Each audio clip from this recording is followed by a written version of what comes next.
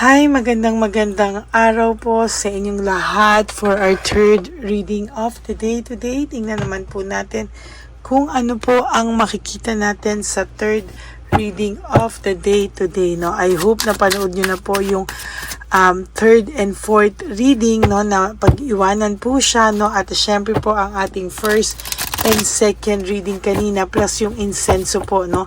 Natutuwa po ako dahil ang daming good feedback po sa akin, ano, sa messenger ko about sa sitwasyon po nila na nung ginawa po nila yung insenso, kahit papano ay may balita po silang maganda, no. Kaya ako po ay natutuwa at sana po ay habang nilalabas ko po yan at minimeditatean, sana po ay inyo pong mapanood, ano, at talagang habang pinapanood nyo po ay seryosohin at kausapin nyo po ang person nyo. At ganun din po, no, panoorin nyo po yung third, fourth, first, and second reading kanina bago po kayo tumalon dito po sa ating third reading of the day. Sorry po, hindi ko na po kayo mabibigyan ng fourth reading ngayon kasi kailangan ko po pong ipahinga lalo yung aking sarili kasi baka po ako ay mabinat, no, pero wag po kayong mag-alala, ako po ay magbibigay sa inyo ng third reading ngayong gabing ito, no. Ni-record ko na muna po, no, kasi bago po ako magpahinga mamaya, ako po ay may gagawing tulong sa isang tao, no. Kaya yan. Mamaya ko po yata ito maa-upload, no? I-upload po ng aking mga kasama. Okay, so pili na po tayo ng 20 cards. Yan, pili na po tayo ng 20 cards.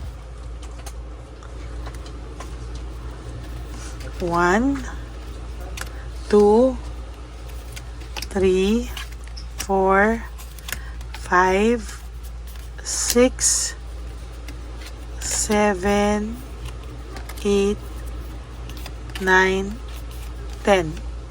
Then another 10 cards po ay 1, 2, 3, 4, 5, 6, 7, 8, 9, and 10.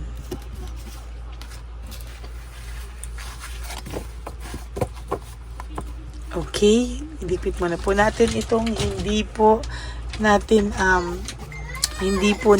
ito yan.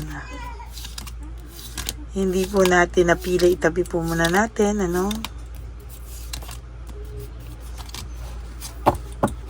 At buksan na po natin ang kandila.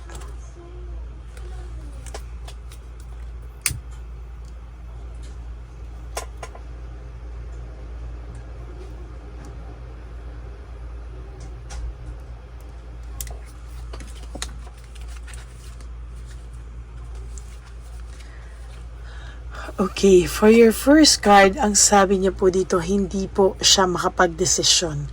Hindi niya po mas desisyonan ang kanyang sitwasyon, ang kanyang buhay sa ngayon, no? Itong tao pong ito ay nahihirapan at talagang dinisconnect niya muna po ang sarili niya, no, sa'yo at sa ibang tao.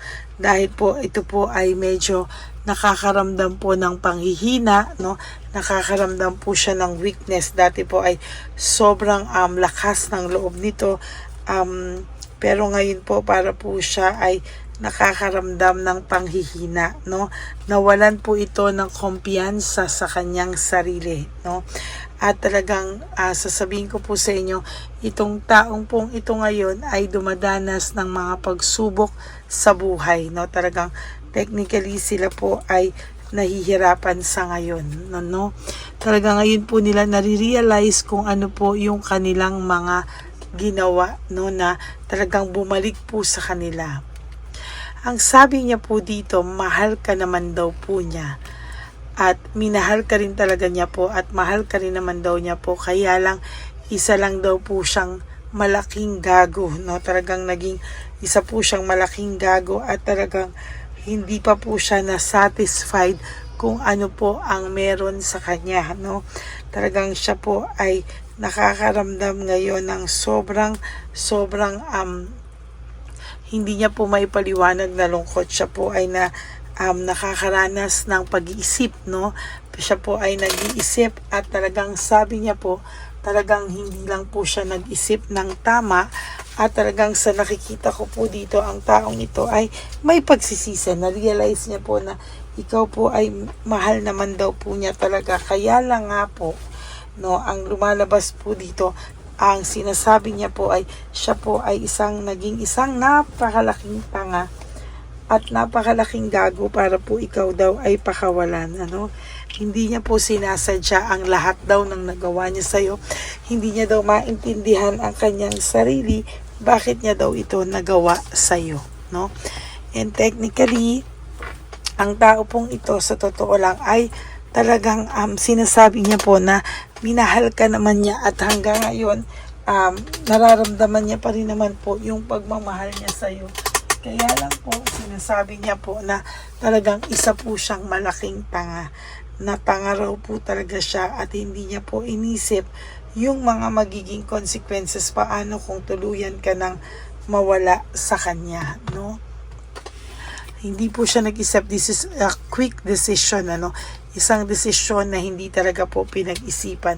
Siya po ay natukso at talagang ang pakiramdam niya po ay ang pakiramdam niya po talaga ay kakayanin niya po nang wala ka, pero siya po ay nagkamali, no? For our third reading for today,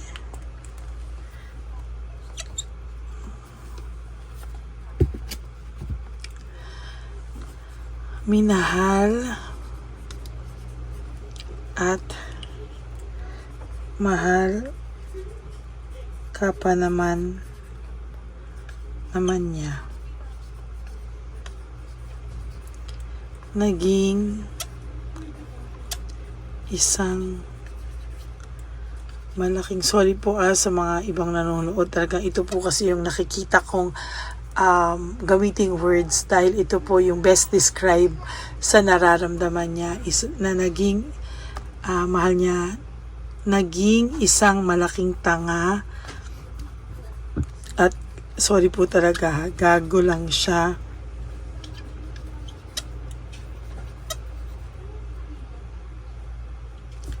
Pakawalan ka. Minahal at mahal ka pa naman niya, no? Naging isang malaking tanga at gago lang siyang pakawalan ka, no? Yan po talaga ang nararamdaman ko, kaya pasensya na po kung yan ang title natin, ano? Panay po sila, conflict, no? Talagang ito pong taong ito ay talagang may conflict po at talagang sinasabi ko po, panay problema, no? Yung cards niya po, lahat po binabalasa ko naman. Lahat po talaga po ulit-ulit, napakatagal ko na nga pong balasahin. Pero sa nakikita ko po talaga, itong tao pong ito talaga ay nakakaramdam po ng lahat ng problema. Naging stagnant po talaga ang kanyang sitwasyon, no?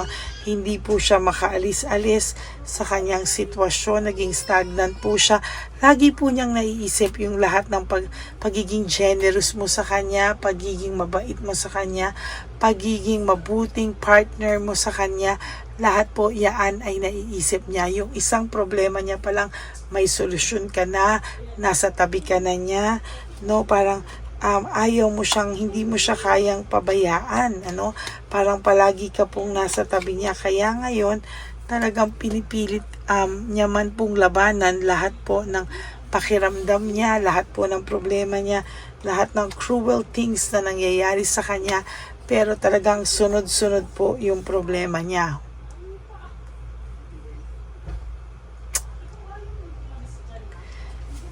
Very dissatisfied po siya sa naging takbo ng buhay niya. That's why na-realize niya po kung gaano siya katanga na i-let go ka.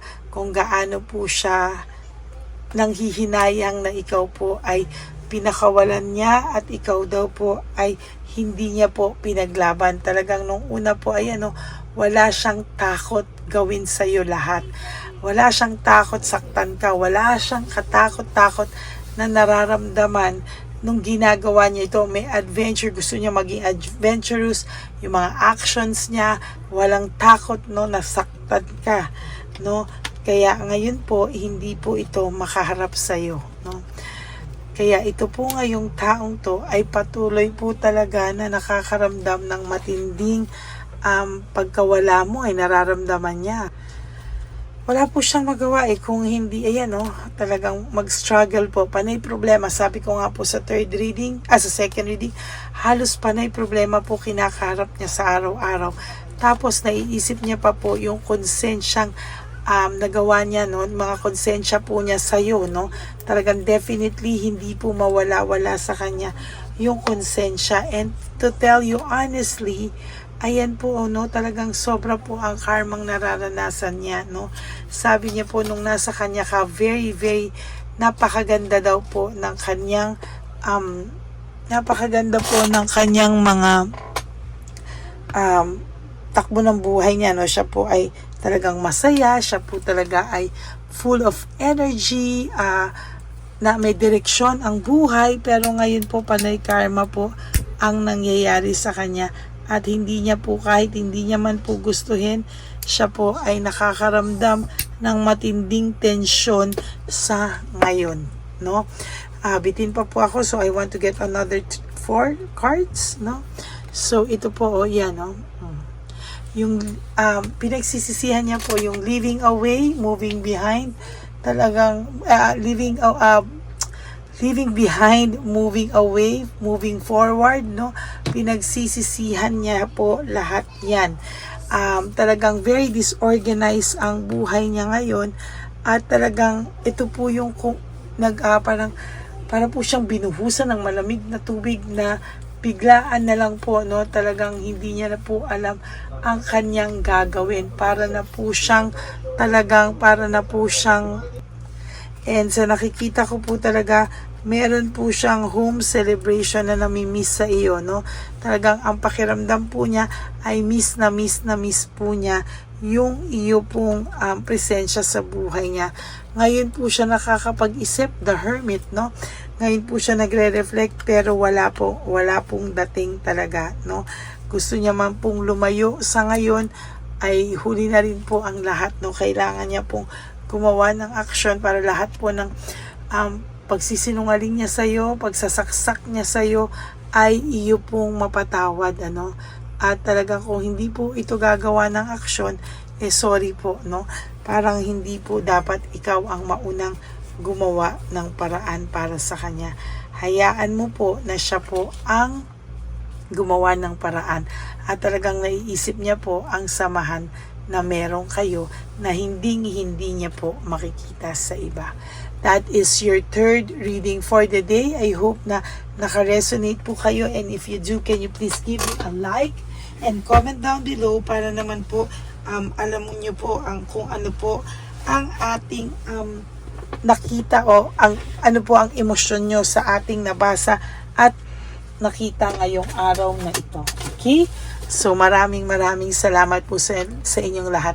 And if naka-resonate na po kayo, can you please give me a like and comment down below, and please click the bell para po updated kayo sa ating lahat ng videos, and please click the subscribe button para lahat po kayo ay maging updated po sa atin pong videos everyday. Talagang dapat po panoorin nyo muna po yung 1, 2, 3, 4 bago po kayo tumalon again sa bagong set na 1, 2, 3, and 4, no?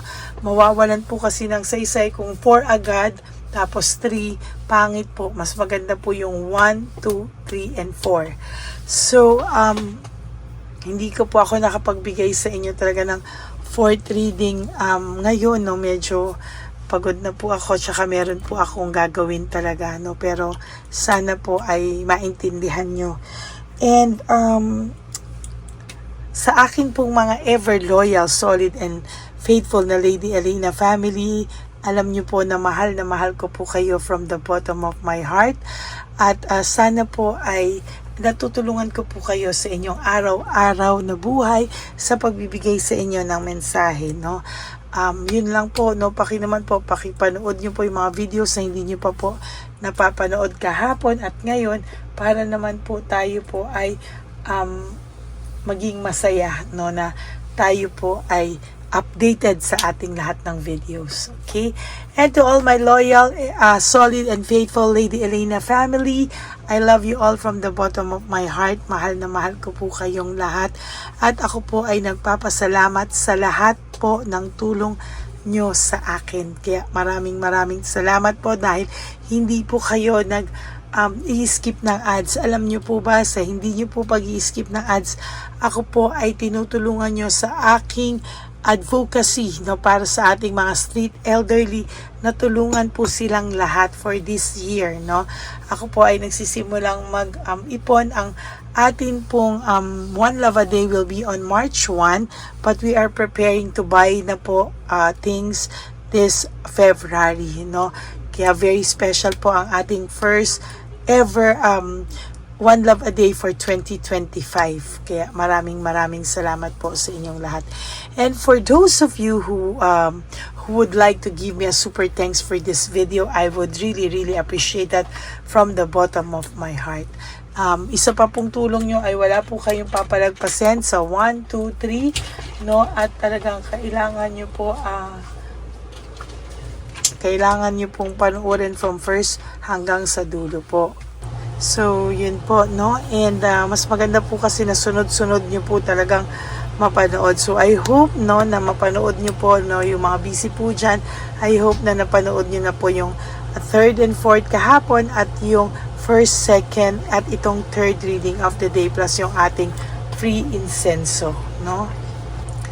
And also, ang billing ko po sa inyo, sa lahat sa inyo, ay you wake up each day, you do 3 things that will make you happy for the day. Prioritize yourself, forgive yourself, and be grateful na we are still alive. Ako po ay magbabalik for our first reading tomorrow. Sana po ay mapanood nyo po lahat yung pong sinasabi ko, no? Good night po sa inyong lahat, and may God bless you all. And again, thank you for not skipping ads, at maraming pong salamat sa inyong lahat. God bless you all. Bye! Hey, update po, may nagpanggap pong subscriber natin na siya po ay magpapahula sa fake na Lady Elena, kaya ayan, hinihingan po siya ng $80 at ang cell po niya ay nabigay at nakuha. Ang pangalan niya po sa cell ay Julian Albert, no? Siya po ay may cell account din, kaya mag-iingat po kayo.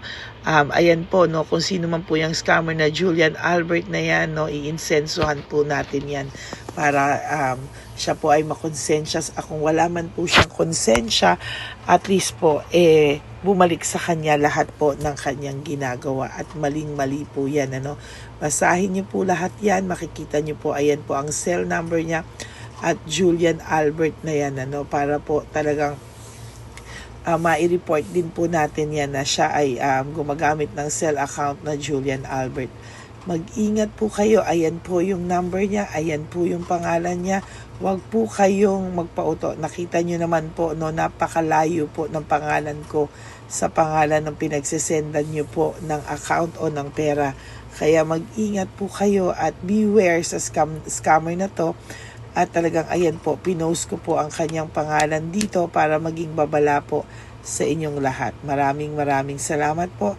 At mag-ingat po kayo, pakireport po ang page na yan, ang messenger niya na Lady Elena. Maraming salamat po, and God bless you all. Ayan, sa susunod po makikita niyo yung account niya na ire-report niyo. Salamat po na marami. Magandang gabi po ulit sa inyong lahat. Ako po ay muling nagpapaalala sa inyo na mayroon pong lumalabas sa FB at Messenger account na fake account po, no, nang hihingi po ng $25 through PayPal, at hindi po yan totoo. Huwag po kayong maniwala dyan. At pag sinabi mo po na gusto ko pong marinig ang boses nyo or makita kayo, ang sasabihin po ay magbibigay kami ng link, buksan mo yan, at pagkatapos ay makikita mo ako. Huwag po kayong maniniwala dahil yan po ay hindi totoo.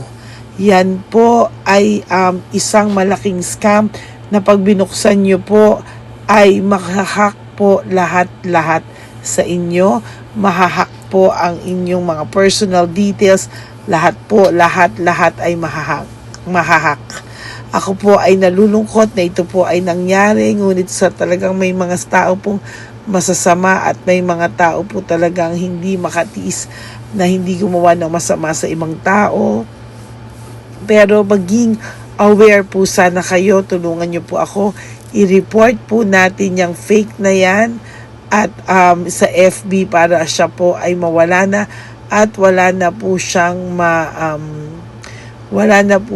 mabiktima pa. No? Nandyan po lahat ng details at maraming salamat po sa inyong lahat. Maraming salamat po sa inyong lahat at mag-iingat po kayo.